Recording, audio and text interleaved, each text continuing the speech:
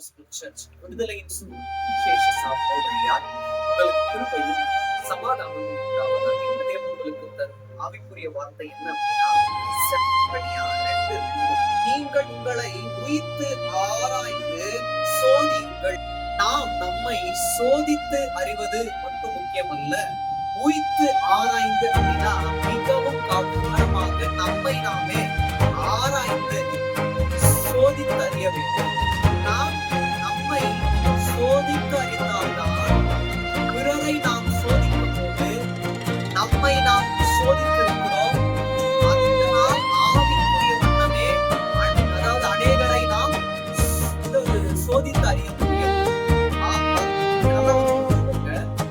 சோதித்து அறியணும்னா உய்த்து ஆராய்ந்து உங்களை நீங்கள் சோதியுங்கள். தேவன் என்ன